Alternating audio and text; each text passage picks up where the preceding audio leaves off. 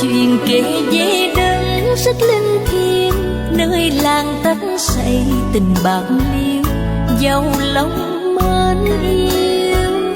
Người xưa bước theo chân của Chúa, sông chở vì yêu đoàn chiến mình, gánh hết tôi tình, mang lấy nhục hình khổ đau giữa chốn tự sinh. Dâng hiến cuộc đời đâu rơi máu đổ giữa trời. Ngày nay danh người dễ dàng, thành gương chứng nhân nước Việt Nam qua những phép lạ khắp thiên hạ.